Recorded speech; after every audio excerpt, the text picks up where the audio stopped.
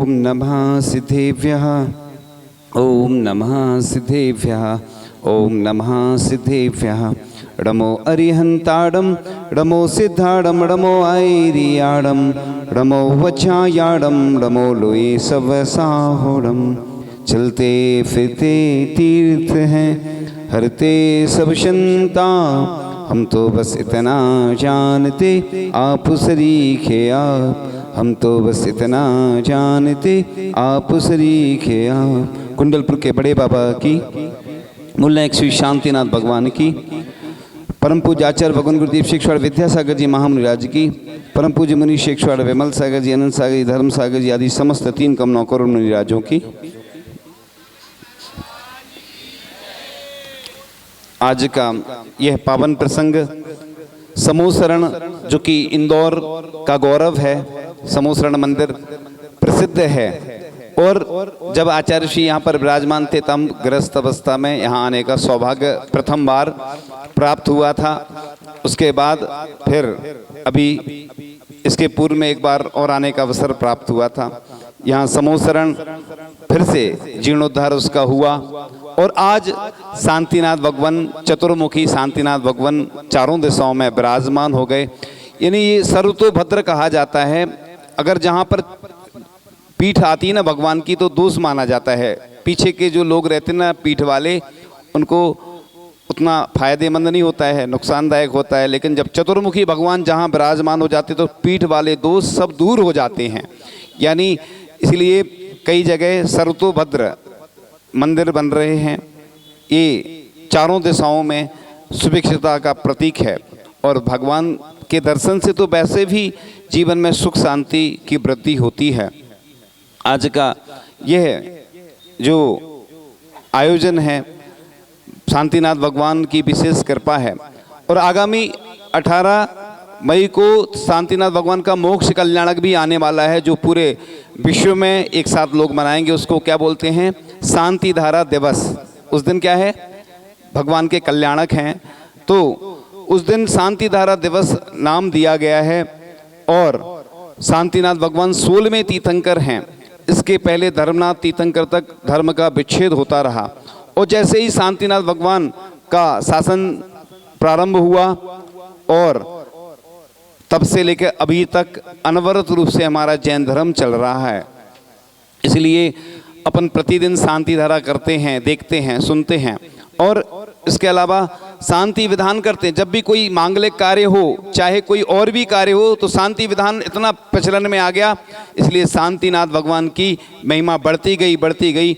और पार्श्वनाथ भगवान तो हैं ही उपसर्ग विजेता, सबको मालूम है। तो इस प्रकार से शांतिनाथ भगवान यहाँ के मूल नायक हैं और उनकी कृपा से यहाँ पर चारों ओर शांति ही शांति दिखाई देती है।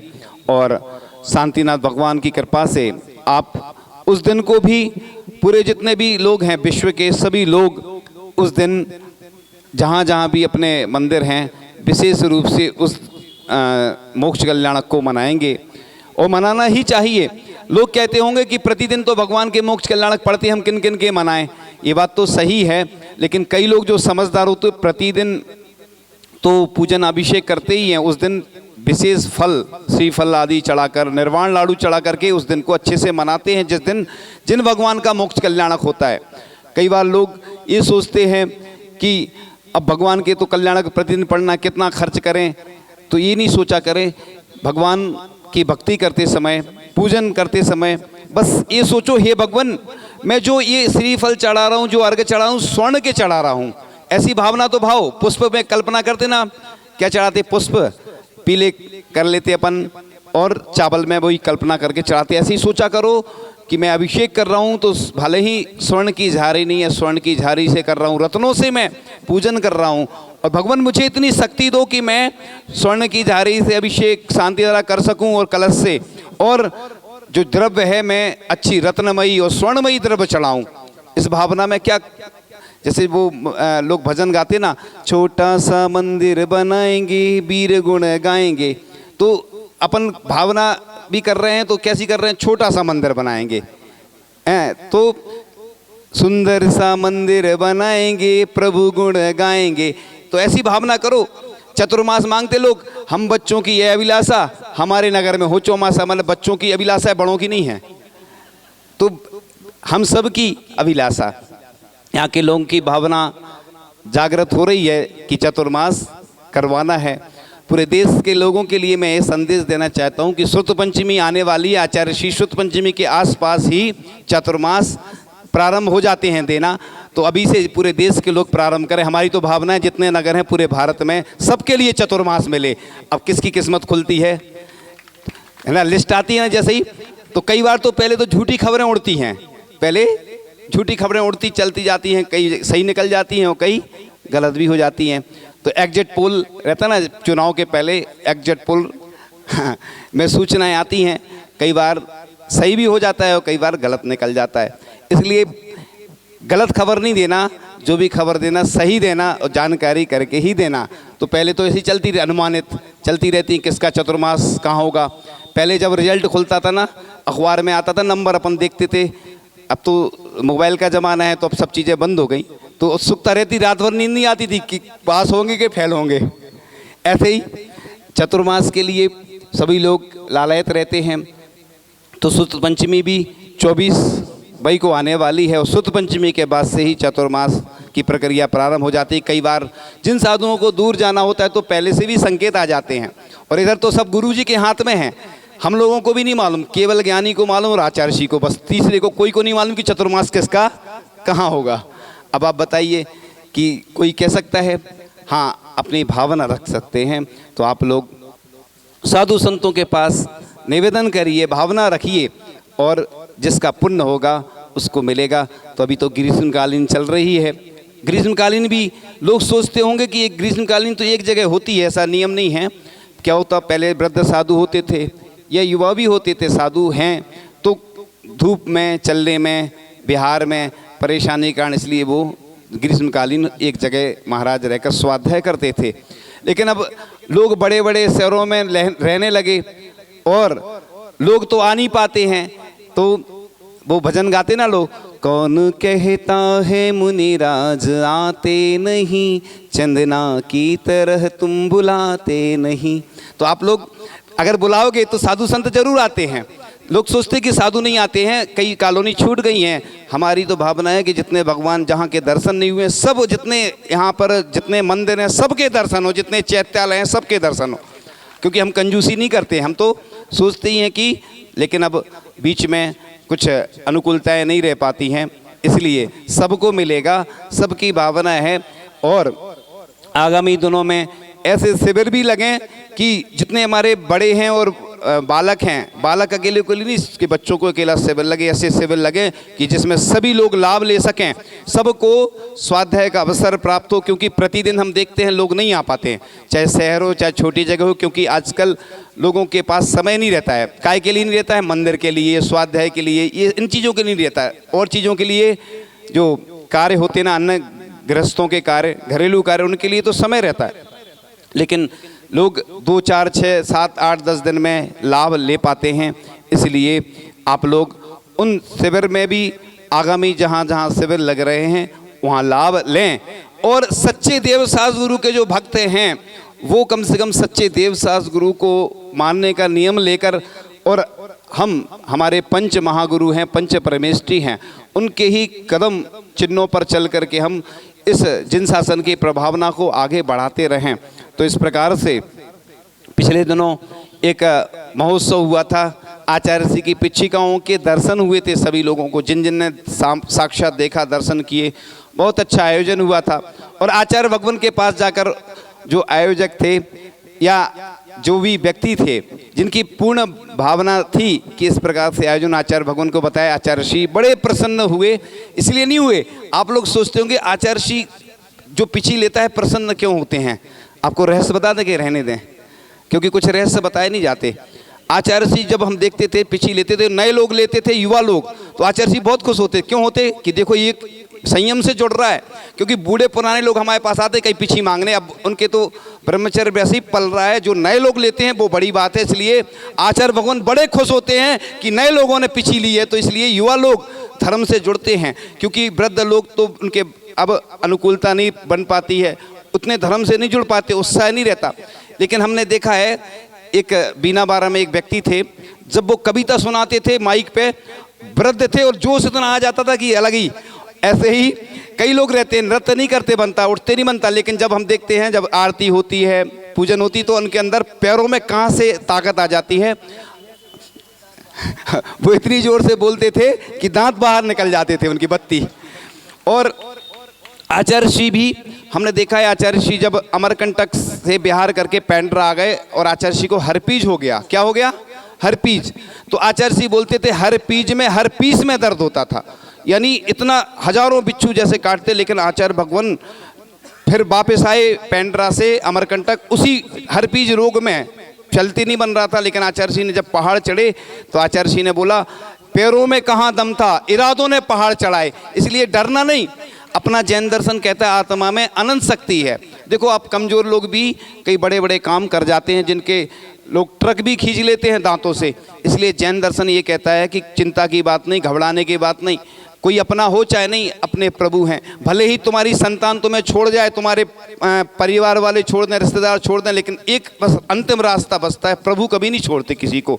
आप देखो सीता को भी, जब सीता वन में गई और कृतांतवक्र सेनापति ने जब छोड़ा तो सीता जी ने कहा कि आप तो कह रहे थे कि तीर्थ यात्रा करने लेवा जाएंगे, तो उन्होंने कहा जैसी रामचंद्र जी की आज्ञा है। तो रामचंद्र जी से कह देना, सीता ने कहा कि जिस प्रकार से तुमने दूसरे के कहने पर हमें छोड़ दिया, सीता को छोड़ दिया, उस प्रकार से धर्म को नहीं छोड़ देना। इसलिए कितनी भी मुसीबत परेशानी आए, आप लोग घबराना नहीं, चिंता नहीं करना। अपना एक जैन धर्म है और जैन धर्म में इतनी शक्तियां हैं। कई लोग आते हैं, उनका विश्वास नहीं होता जैन धर्म पे, वो कहते ना कि हमें तो कुछ लगता ही नहीं कि इधर कुछ है। लेकिन अब बड़े बड़े जब ग्रंथ पढ़ेंगे और आपकी श्रद्धा आस्था जब मजबूत होगी, कहते जो होता है मजबूत उसे नहीं कपाता कभी यमदूत। इसलिए जो मजबूत होता है, अंदर से अपन मजबूत होंगे तो यमदूत भी कुछ नहीं कर पाएगा। तो आप लोग श्रद्धा को जागृत रखिए। तो एक सुंदर सा भजन था जो हम हमेशा बहुत गुनगुनाते हैं और सुनते हैं। हे मेरे गुरुवर एक बात बताओ, कहाँ है भगवन हमें दिखाओ। मैंने तो उनको कहीं देखा नहीं, कहीं मेरे भगवन गुरुवर तुम ही तो नहीं, कहीं मेरे भगवन गुरुवर तुम ही तो नहीं। मैंने सुना है मन मन में भगवान विराजे रहते हैं, अंतः मन से झांको तो वे हमें दिखाई देते हैं। मेरे तो मन में गुरुवर तुम ही हो बसे, मेरे तो मन में गुरुवर तुम ही हो बसे, कहीं मेरे भगवन गुरुवर तुम ही तो नहीं, कहीं मेरे भगवन गुरुवर तुम ही तो नहीं। तेरा रूप देख के गुरुवर कुछ कुछ ऐसा लगता है, मंदिर में भगवान की मूरत से भी कुछ कुछ मिलता है। सच सच बताना गुरुवर छिपाना नहीं, कहीं मेरे भगवन गुरुवर तुम ही तो नहीं, कहीं मेरे भगवन गुरुवर तुम ही तो नहीं। तो मूलाचार में भट्टिकेर स्वामी जी ने लिखा है, भिक्कम बक्कम हियम सोदी चरदी निच सो साहू ऐसो सुदविद साहू भड़िया जिन सासणे भयबम। यानी भट्टिकेर स्वामी मूलाचार में कह रहे हैं कि जिनकी हृदय शुद्धि है, वचन शुद्धि है और जिनकी चर्या शुद्ध है, ऐसे चलते फिरते तीर्थ आचार्य भगवान श्री विद्यासागर जी महाराज को भगवान कहा है। ऐसे ग्रंथों में भगवान है वो, क्योंकि आपने देखा होगा कि जिनकी 3 किलोमीटर चलने की क्षमता नहीं थी कुंडलपुर में, और फिर रहली आए और रहली से 600 किलोमीटर कहाँ गए? सिरपुर। कि हमारे पार्श्वनाथ भगवान जो कि इतने वर्षों से कैद हैं, मुक्त हो जाएं।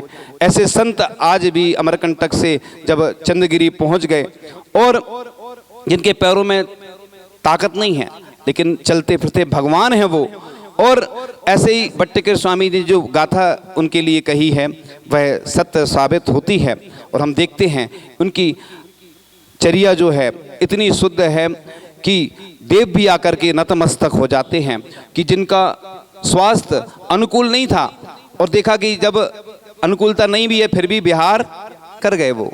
ऐसे कई बार ऐसे प्रसंग आए। तो आचार्य भगवान हमारे लिए हमेशा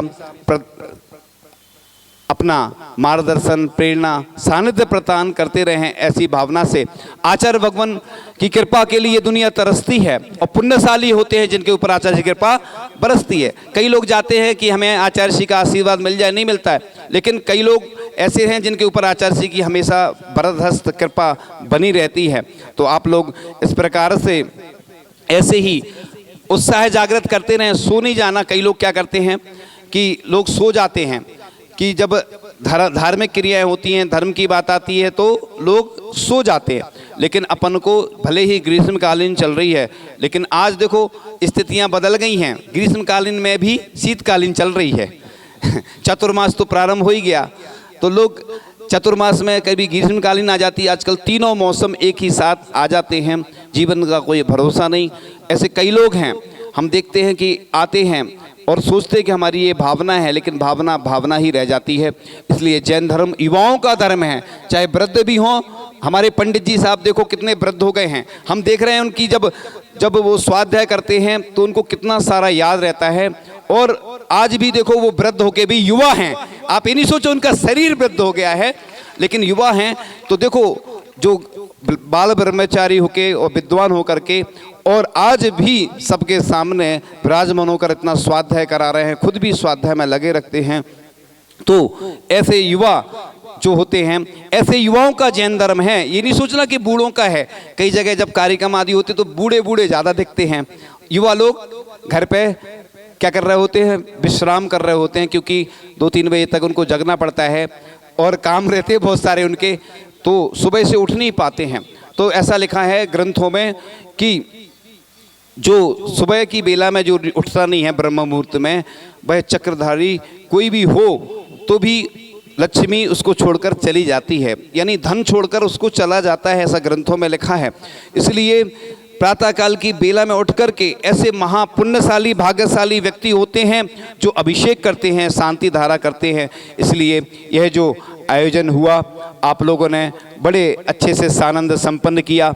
आगामी जो भी आयोजन हैं बस इसी तरह से आप लोग उत्साह दिखाते रहें, तन मन धन से जुड़ते रहें। और आपको कुछ नहीं भी है आपके पास तो आगम ग्रंथों में लिखा है जम सक्कई तम की रही, जितनी शक्ति है वो करें, जो नहीं कर सकते उसकी भावना करें। तो सबकी मेहनत रंग लाई, सबको बहुत बहुत बधाई। सबने बड़े अच्छे से यह उत्साहपूर्वक हमने देखा। यहाँ पर उत्साह तो बहुत है।